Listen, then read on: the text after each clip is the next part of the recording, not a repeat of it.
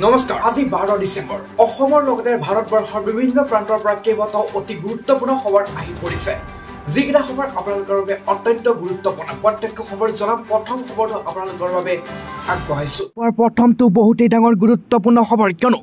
আপোনাক লাগে নেকি অৰুণোদয় আঁচনি লাখ লাখ 37 লাখতকৈও অধিক লোকক দিয়া হ'ব নতুনকৈ এই আঁচনি অন্তৰ্ভুক্ত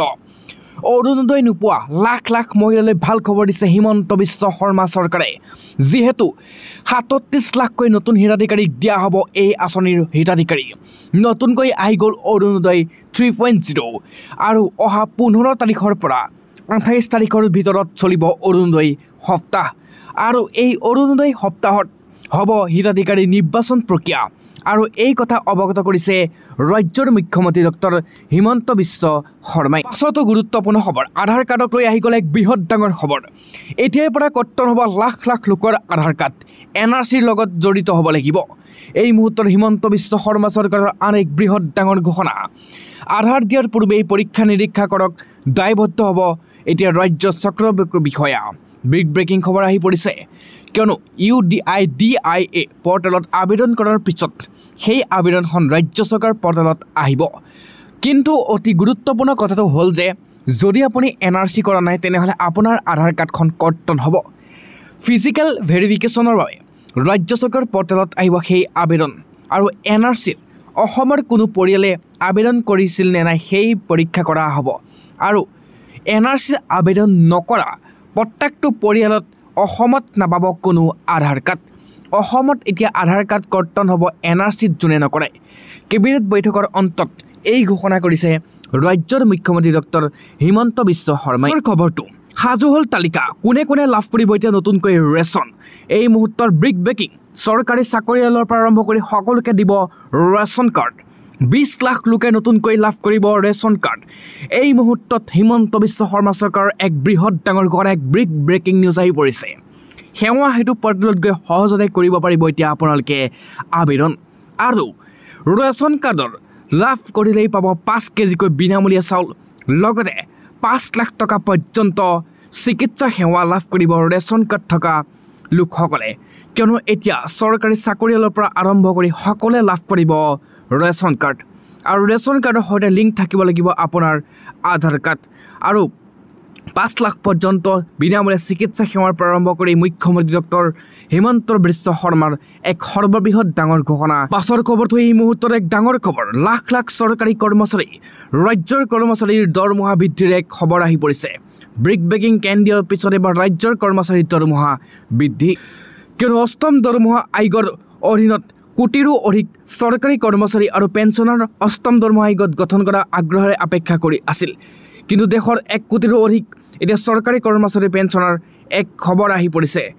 য'ত ইতিমধ্যে নিশ্চিত হৈছে যে অষ্টম দৰমহা আয়োগত বিবেচিত কৰা হৈছে আৰু অতি সোনকালে চৰকাৰী কৰ্মচাৰীসকলৰ দৰমহা বৃদ্ধি হৈ পৰিব আৰু লগতে খবৰ আহি পৰা অনুসৰি কেন্দ্ৰৰ পাছতেই ৰাজ্য চৰকাৰৰ যিমানসকল কৰ্মচাৰী আছে সকলোৰে দৰমহা বৃহৎ পৰিমাণৰ হাৰত বৃদ্ধি হৈ পৰিব আৰু 50ৰ পৰা অধিক শতাংশ হাৰত 55তকৈ অধিক হাৰত বৃদ্ধি হ'ব এতিয়া ৰাজ্য চৰকাৰৰ কৰ্মচাৰীসকলৰ দৰমহা এই মুহূৰ্তত এক অতি গুৰুত্বপূৰ্ণ খবৰ ৰাজ্যৰ লাখ লাখ চৰকাৰী চাকৰিয়ালৰ বাবে পাছৰ খবৰ এটা বহুতেই ডাঙৰ খবৰ কিয়নো এতিয়া আমাৰ অসমতে আহি হানিকুচি মাৰিবলগীয়া অৱস্থা হৈছে আত্মনিৰ্ভৰশীল নোহোৱাৰ বাবে অসমীয়াক কথা শুনাইছে এতিয়া অচিনাক্ত লোকে কাক টাৰ্গেট কৰিলে হিমন্ত বিশ্ব শৰ্মাই কোন এই অচিনাক্ত লোক এই মুহূৰ্তত এক ডাঙৰ খবৰ মাছ বিক্ৰী নকৰোঁ পাচলি বিক্ৰী নকৰোঁ বুলি হুংকাৰ দিছে এতিয়া অসমীয়াক প্ৰত্যাহ্বান জনাইছে কিয় এনে কথা কৈছে মুখ্যমন্ত্ৰীয়ে কিয়নো অচিনাক্ত অবৈধ লোকে হুংকাৰ দিয়া সমান লজ্জাজনক কথা এতিয়া হ'ব নোৱাৰে কাৰণ এতিয়া অচিনাক্ত লোকে মাছ বিক্ৰী নকৰোঁ পাচলি বিক্ৰী নকৰোঁ বুলি এতিয়া হুংকাৰ দিছে আমি কাম নকৰিলে খাব নাপাব বুলি কৈছে অসমীয়াক এই লাজ দিছে আমি নহ'লে উজনি অসমত কাম নহ'ব বুলি কোৱা সকলোকে মুখ্যমন্ত্ৰী আওপকীয়া সকিয়নি দিছে এই মুহূৰ্তত এনে অপমানজনক কথা জাতিটোৰ বাবে লজ্জাজনক বুলি কৈছে হিমন্ত বিশ্ব শৰ্মাই আৰু আমি নোখোৱালে তেওঁলোকে খাব নোপোৱা বুলিও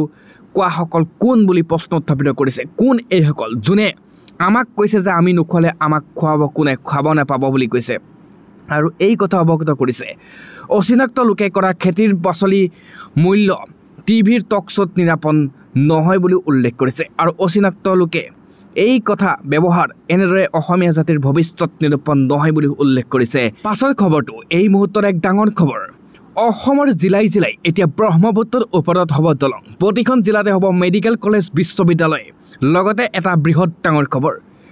ৰাজ্যবাসীলৈ কেইবাটাও ভাল খবৰ দিয়াৰ লগতে মুখ্যমন্ত্ৰীয়ে কৰিছে এক ডাঙৰ সিদ্ধান্ত। এটা অতি গুৰুত্বপূৰ্ণ ব্ৰেকিং নিউজ আহি পৰিছে ৰাজ্যবাসীলৈ। অসমৰ জিলাই জিলাই ব্ৰহ্মপুত্ৰৰ ওপৰত হ'ব দলং। লগতে ইতিমধ্যে বহুকেইখন জিলাত চলি আছে দলং নিৰ্মাণৰ কাম আৰু 25-26 সম্পূৰ্ণ হ'ব কেইবাখনো দলঙৰ কাম। শীঘ্ৰেই শিৱসাগৰ দিচাং মুখত দলং স্থাপনৰ পৰিকল্পনা চৰকাৰৰ আৰু প্ৰতিখন জিলাত মেডিকেল কলেজ স্থাপন কৰাৰ কথা বিজেপি চৰকাৰৰ আৰু প্ৰতিখন জিলাত হ'ব বিশ্ববিদ্যালয়। অসমৰ প্ৰত্যেকখন জিলাতেই এতিয়া বিশ্ববিদ্যালয় নিৰ্মাণ কৰাৰ এক প্ৰতিজ্ঞা হাতত লৈছে হিমন্ত বিশ্ব শৰ্মা চৰকাৰে আৰু জামুগুৰিৰ হাতত এই বৃহৎ ডাঙৰ ঘোষণা ৰাজ্যৰ মুখ্যমন্ত্ৰী ডক্টৰ হিমন্ত বিশ্ব শৰ্মাৰ আৰু প্ৰতিখন জিলাতে বিশ্ববিদ্যালয়ৰ পৰা আৰম্ভ কৰি চিকিৎসা মেডিকেল কলেজৰ পৰা আৰম্ভ কৰি কেইবাটাও বৃহৎ ডাঙৰ ঘোষণা দলঙৰ পৰা আৰম্ভ কৰি ঘোষণা কৰিছে